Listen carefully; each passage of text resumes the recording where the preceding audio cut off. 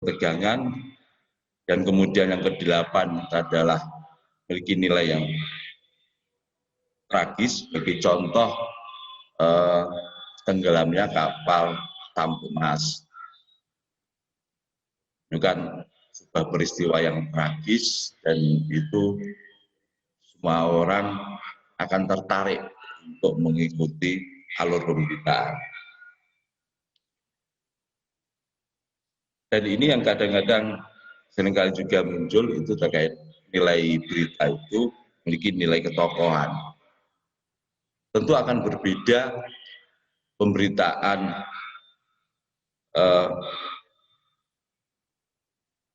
sebuah peristiwa yang itu melibatkan seorang pejabat, seorang tokoh, dibandingkan dengan sebuah peristiwa yang itu melibatkan bukan seorang tokoh, orang biasa dan bukan tokoh. Contoh umpamanya ada kecelakaan atau mungkin ada peristiwa yang itu di dalamnya ada tokoh-tokoh yang terlibat. Contoh umpamanya kecelakaan itu ternyata adalah pejabat yang berpengaruh di wilayah tersebut. Nah, itu tentu ini menjadi sebuah berita yang menarik, memiliki nilai, dan itu akan banyak orang yang ingin mengetahui kejadiannya seperti apa, di mana, seterusnya. Kemudian nilai yang selanjutnya adalah seks, karena seks ini dikemas bagaimanapun, ini tentu orang mesti akan menarik. Kejadian-kejadian, peristiwa seks yang tidak menyimpang yang terkait dengan seks, sebuah perselingkuhan dan sebagainya, itu orang pengen tahu menjadi lebih jauh. Nilai yang selanjutnya adalah humor. Dalam hal ini ada beberapa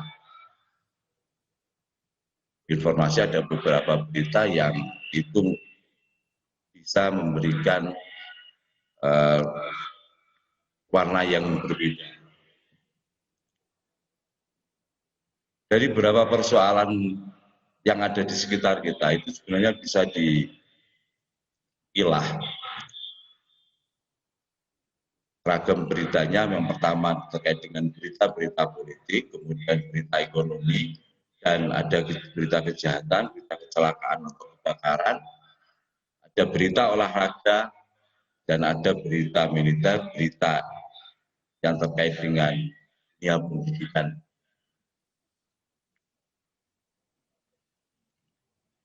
Yang bisa disampaikan dalam media bahasa itu ada beberapa jenis berita. Kalau tadi saya sampaikan, misalnya saya mengambil contoh terkait dengan berita kecelakaan atau berita tentang pembukaan liga sepak bola misalnya, seperti itu tentu ada berita-berita yang sifatnya langsung, yang berita yang harus tersampaikan pada saat itu karena itu menjadi hal yang penting, perlu untuk mengetahui. Dan itu adalah jenis yang pertama adalah news, berita langsung. Berita langsung ini ditulis dengan ringkas dan lugas dan apa adanya, apa yang terjadi pada saat itu, faktanya seperti apa, itu disampaikan. Nah, kemudian informasinya, ada informasi yang begini, dan itu memang penting, sehingga dalam waktu cepat itu harus disampaikan. Apabila itu agak lambat dan itu menjadi sebuah berita yang berhasil, sehingga news ini biasanya untuk saat ini itu yang mendominasi adalah media-media online. Karena ketika peristiwa itu terjadi di sekarang, maka sekian menit ke depan itu sudah bisa terpublish.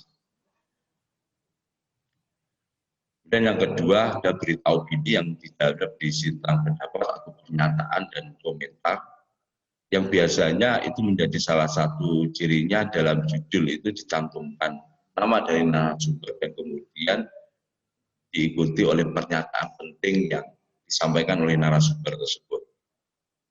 Yang ketiga adalah berita interpretasi ini merupakan pengembangan dari straight news, dan ini menggabungkan antara fakta dan opini. Opini yang dimaksud di sini adalah itu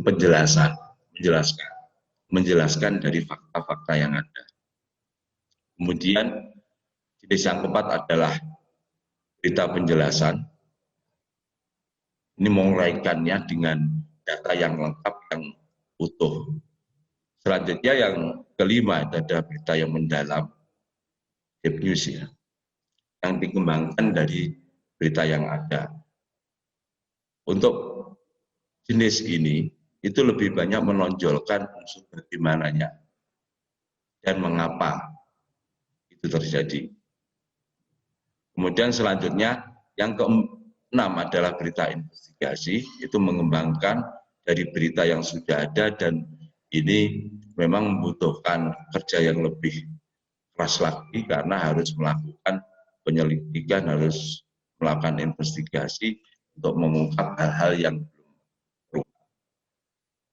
Selanjutnya yang ketujuh adalah berita komprehensif, dan ini merupakan sebuah laporan yang utuh. Itu biasanya itu menjadi produk seperti liputan-liputan khusus dalam sebuah peristiwa. Karya jurnalistik itu kan ada tiga. Yang pertama ada berita tadi, kemudian yang kedua itu adalah opini. Opini ini ada beberapa jenis dalam opini, antaranya adalah tajuk, rencana, kemudian ada artikel yang biasa ditulis oleh seseorang terkait dengan tema tertentu, terkait dengan persoalan tertentu, dan ini bersifat subjektif karena ini adalah merupakan pendapat dari orang. Itu adalah jenis yang kedua, opini. Yang pertama tadi adalah berita, kemudian yang kedua adalah opini. Termasuk surat pembaca itu juga masuk dalam opini. Kemudian ada karikatur, ada kolom. Kemudian jenis yang ketiga itu adalah feature. Feature ini merupakan karangan yang khas dan bahasanya itu ringan. Ini sedikit bisa mengabaikan 5W1H, dan tulisan ini biasanya menceritakan hal-hal yang ringan yang ada di sekitar kita, dan ini menjadi menarik dan penting. Karena penyajian faktanya pun juga harus sesuai dengan penyajian dalam sebuah berita. Misalnya, bicara tentang tempat wisata yang baru. Di situ bisa menyampaikan bagaimana sebuah tempat wisata ini mulai ada, dan kemudian bagaimana perkembangannya dikelola, pengelolaannya seperti apa, dan kemudian kondisi terkininya itu seperti apa. Jadi ini tulisan feature itu biasanya ini ketika dibaca di besok, lusa, minggu depan, atau bahkan misalnya bulan depan atau tahun depan, ini masih menarik karena bahasa yang digunakan itu lebih segar, dan juga permasalahan yang diangkat ini tidak mudah basi. Dalam proses untuk menuliskan sebuah berita tentu ada tahapan-tahapannya, seperti halnya ketika membuat makalah atau misalnya membuat skripsi atau tesis, itu mengada beberapa proses. Yang pertama, ini sama halnya dengan aktivitas yang lain, yaitu melakukan perencanaan, dan kemudian ada proses pelaksanaan dan penyajian. Dan perencanaan ini perlu untuk menentukan kira-kira topiknya apa ya yang perlu diberitakan. Ketika ketemu topik, kemudian di situ, nah topik di sini itu ketika ada sesuatu informasi awal yang kita terima, atau mungkin ada sesuatu yang menarik bagi kita sehingga ini bisa menjadi sebuah topik. Untuk menguatkan itu, kemudian melakukan pencarian data awal, dan juga perlu untuk mempertimbangkan dari dampak tulisan tersebut. Itu kemudian ketika semuanya itu sudah berjalan dengan baik, sudah tertata, kemudian baru dilaksanakan melakukan wawancara dan juga untuk melengkapi data, kemudian mengolah dari data-data tersebut, cek dan dicek datanya, dilakukan editing, dan ujungnya adalah penyajian. Atau ketika sekolah A ya ingin untuk menarik minat calon siswa, itu tentu dalam penulisannya itu memang harus menonjolkan kira apa ya, yang perlu ditonjolkan apa, misalnya sekolah ini memiliki fasilitas drum band, memiliki fasilitas musik. Nah, itu yang perlu untuk ditonjolkan, dan bagaimana melengkapi data ini. Nah, kemudian menuliskan kelengkapan dari informasi-informasi yang terkait dengan fasilitas tersebut. Misalnya, program ini pernah menjuarai juara tingkat Jawa Timur, atau menjadi juara nasional, dan mungkin dan kelengkapan peralatannya dan sebagainya itu, sehingga bagaimana tulisan ini menjadi menarik.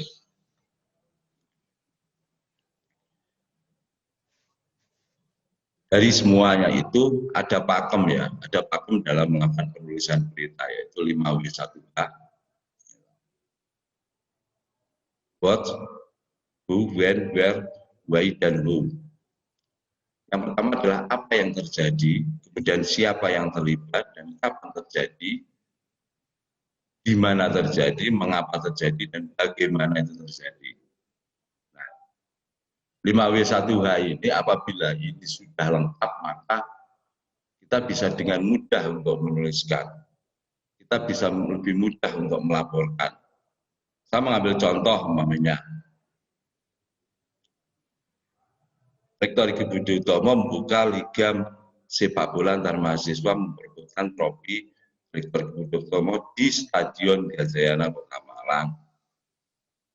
Sabtu 4 Oktober 2020. Event ini untuk memperingati hari ulang tahun ke-75 TNI. Diikuti 50 klub Jawa Timur. Nah, di sini sudah memenuhi beberapa unsur-unsur 5W1H. W yang pertama, apa yang terjadi?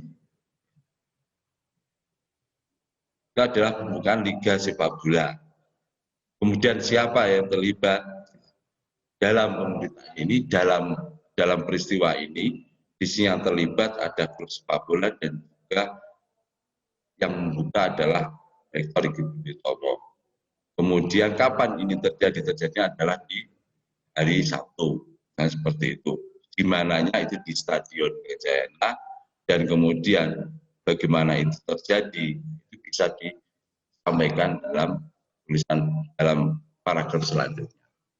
Nah, jadi ada rumusan 5W1H ini yang sebenarnya ini menjadi patokan, ini menjadi pakem untuk menulis berita. Kalau ini sudah ketemu, itu dapat dengan mudah menuliskan laporan secara mengalir. Nah, bagaimana berita itu bisa tersusun dengan baik? Ada yang namanya dalam struktur berita itu piramida terbalik ya. Kalau piramida itu biasanya yang lancip itu bagian di atas, kemudian yang lebar di bawah. Tapi dalam pemberitaan ini, yang lebar itu ada di bawah, yang lancip itu ada di atas. Nah, kenapa seperti itu? Biasanya kalau di media cetak karena space-nya itu terbatas, itu biasanya kalau hanya butuh sedikit itu saja, itu yang bawah itu langsung dikurangi, langsung dibuang, itu tidak mempengaruhi dari inti berita. Tapi juga untuk media online, ketika tulisan itu terlalu panjang, maka orang pun juga terlalu capek untuk membaca.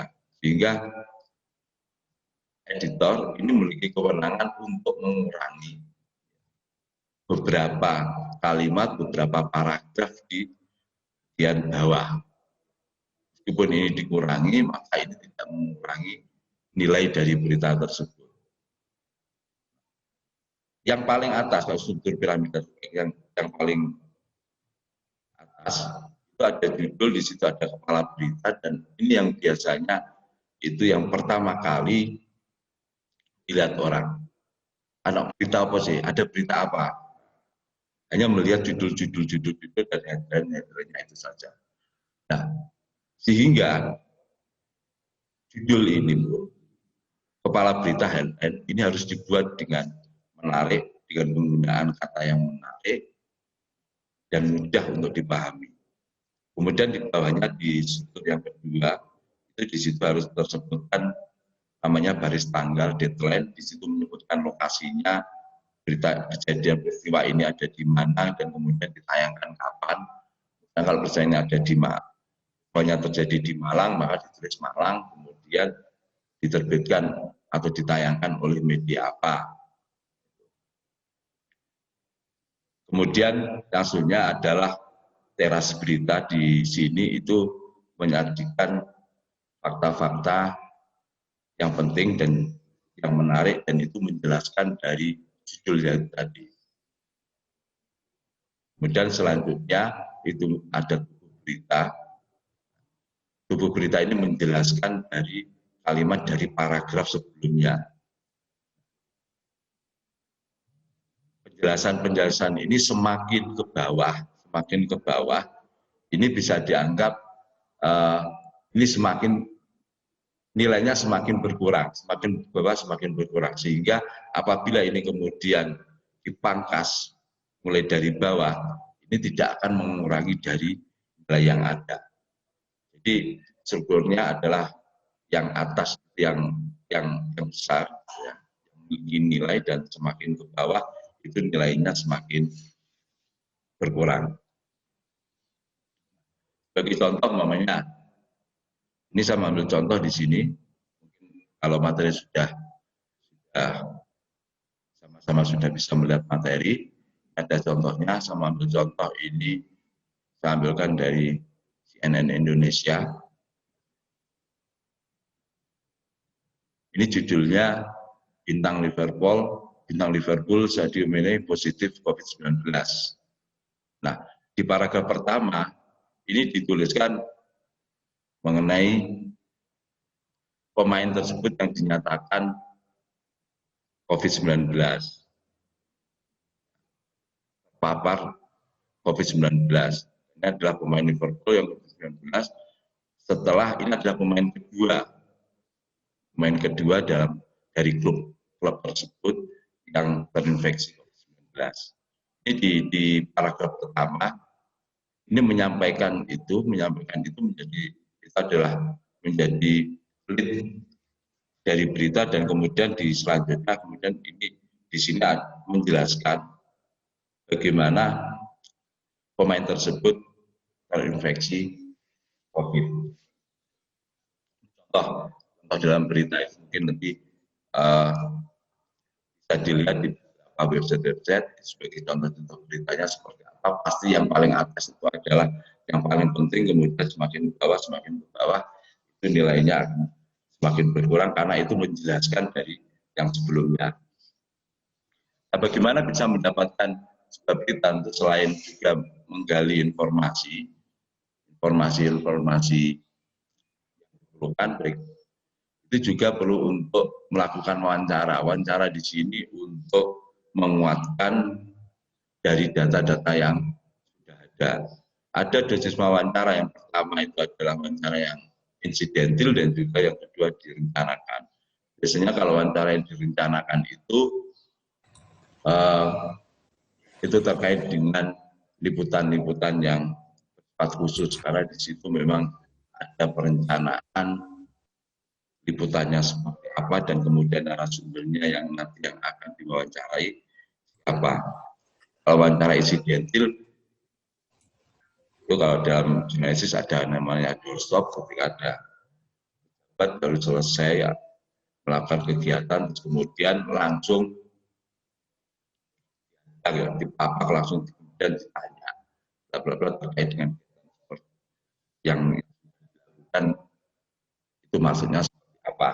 Itu ada doorstop namanya, itu ada wawancara yang sifatnya insiden.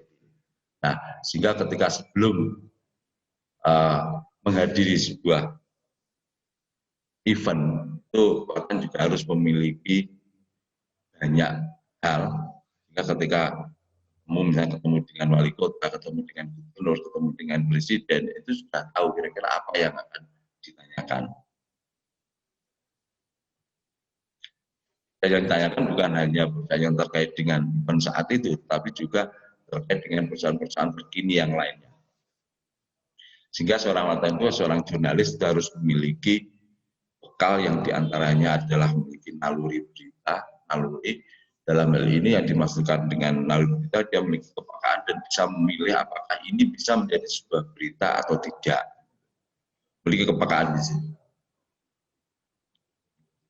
Sehingga ketika ketemu dengan tokoh, dengan seorang pejabat itu bukan hanya yang ditanyakan bukan hanya pada saat event itu, tetapi juga bisa menanyakan hal-hal yang lain yang itu merupakan kewenangan dari yang diwawancarai.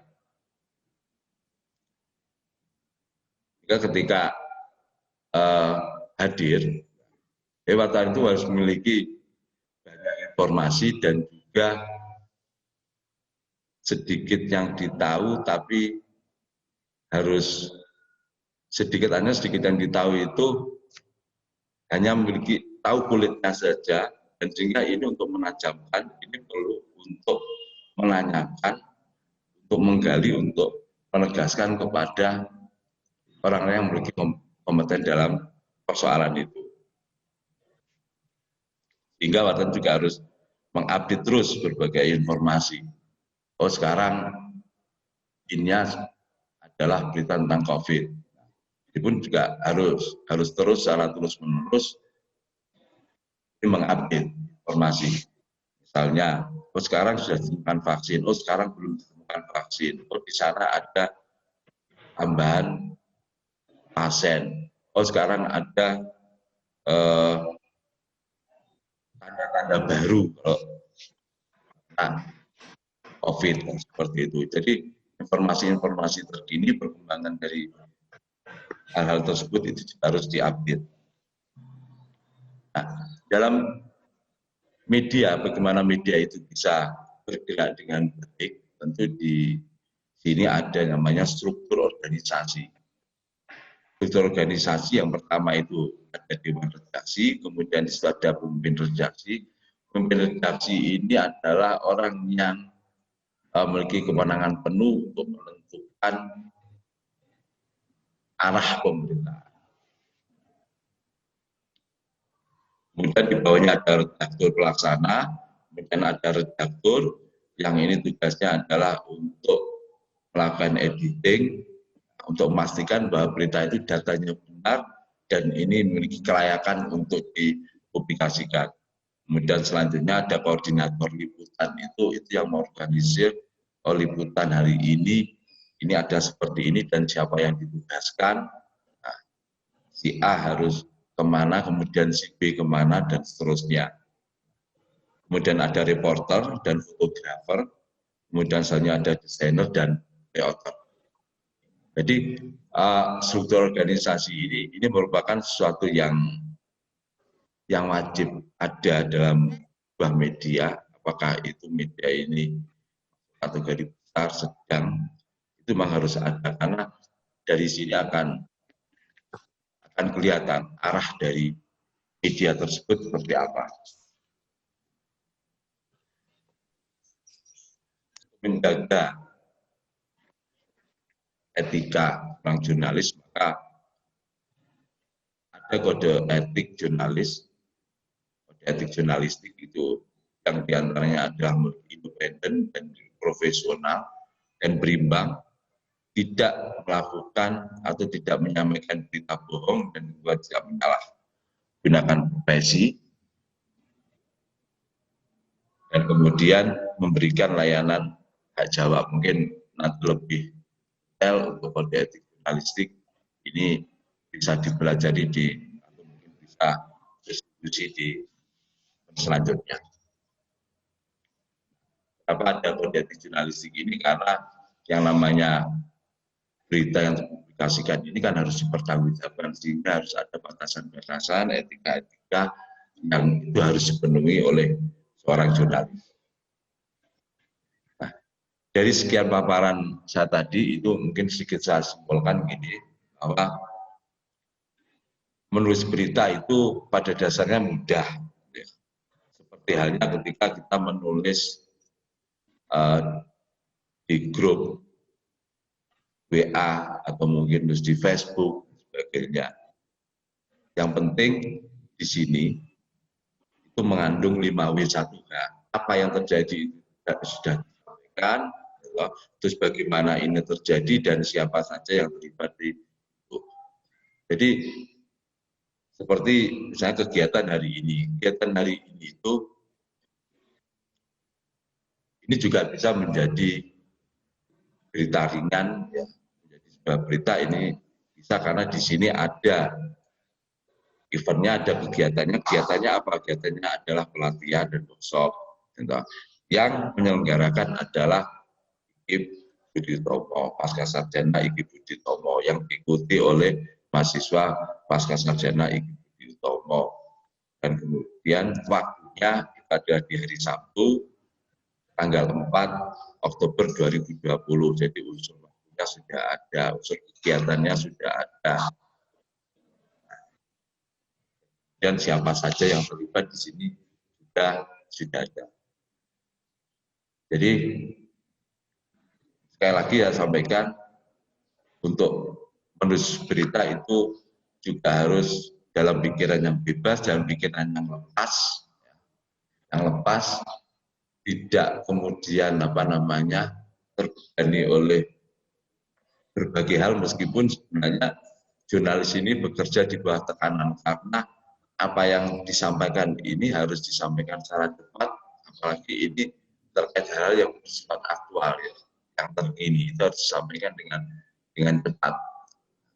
Ya, kerjanya sebenarnya kerja di bawah tekanan, dikejar waktu dan juga dikejar deadline. Di sini dibutuhkan adalah kesiapan diri dan juga kesiapan mental ketika bekerja di bawah tekanan. Nah, Bapak Ibu di sini mungkin nanti bisa sedikit mencoba untuk menulis berita atau menulis artikel atau menulis laporan, ya, yang itu temanya bisa menggunakan tema-tema yang bebas, yang ada di sekitarnya. Ketika umpamanya kayak kayak yang kegiatan hari ini itu mungkin bisa ditulis, atau mungkin tema yang lain yang sesuai dengan keinginan Bapak Ibu di sini, umpamanya kegiatan di sekolah masing-masing. Sekarang kegiatan pembelajaran dilakukan secara daring, seterusnya. Lebih lanjut sebenarnya ini saya dilakukan dengan ketemu langsung, ya, dengan tatap muka. Sebenarnya itu mudah karena bisa diskusi secara langsung. Pun sebenarnya dengan daring seperti ini sebenarnya juga kita bisa saling sharing. Oke, artinya nanti saya minta nanti Bapak Ibu bisa membuat laporan yang singkat, yang ringkas, gitu ya. Dan untuk contoh-contohnya itu nanti mungkin bisa melihatlah di beberapa media. Kalau sekarang mungkin yang paling mudah, misalnya sekarang langsung buka aja di online tertentu, mungkin bisa dilihat, oh contohnya media adalah, contoh berita adalah seperti ini, oh caranya seperti ini, strukturnya seperti ini. Mungkin saja bisa saya sampaikan, dan memang saya hanya memantik saja di sini, dan apabila ada beberapa hal yang ingin ditanyakan atau mungkin ingin didiskusikan dalam forum ini, saya persilakan. Terima kasih, mungkin begitu waktu, dan saya kembalikan kepada moderator. Terima kasih, wabillahi taufiq hidayah. Assalamualaikum warahmatullahi wabarakatuh. Waalaikumsalam warahmatullahi wabarakatuh.